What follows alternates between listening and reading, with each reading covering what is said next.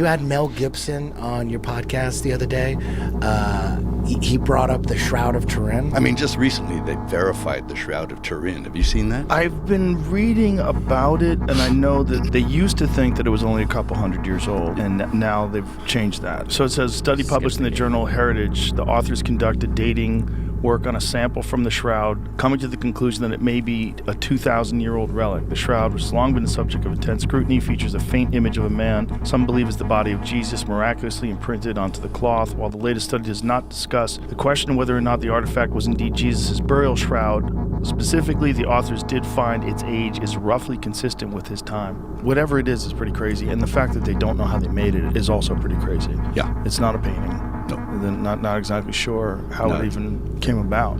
Yeah, it had to have been some kind of intense light. It's like an X-ray.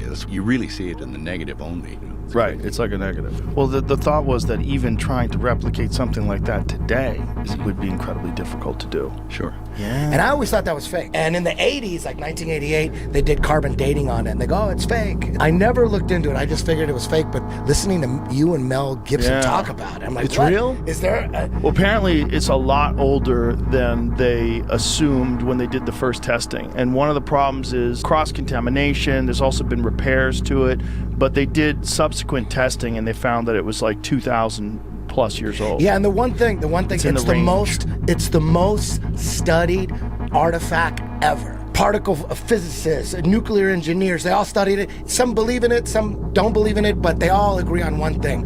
No one knows how they did it. Right. There's no one knows paint, how they made it. There's no paint, there's no dye. Yeah, it's pretty crazy. It's mind-blowing. If it turns out that they can't figure out how anyone could ever do it, like if no one has come up with a theory of how to do that today, that's where it gets really interesting. But then the skeptics say, just because we don't know how it was done doesn't make it real, which is a good point. But then the other side is like, dude, all these scientists have no idea how they faked it. It's got to be real. So it's all about how you look at it. There's a nuclear engineer. That'll be the most fun. There's a nuclear engineer. You can go on YouTube. His name is Robert Rucker. Watch his breakdown of scientific testing of the Shroud of Turin. The main goal was to determine how the images were formed.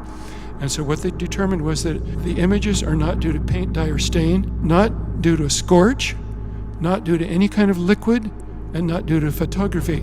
But as to what it was formed by, they couldn't determine that. But I think we know now. So in our conference that we had, the fourth day was on image formation. Every speaker that came to that conference spoke on the topic of the image being formed by a radiation burst from the body. And that's my conclusion based upon the scientific evidence.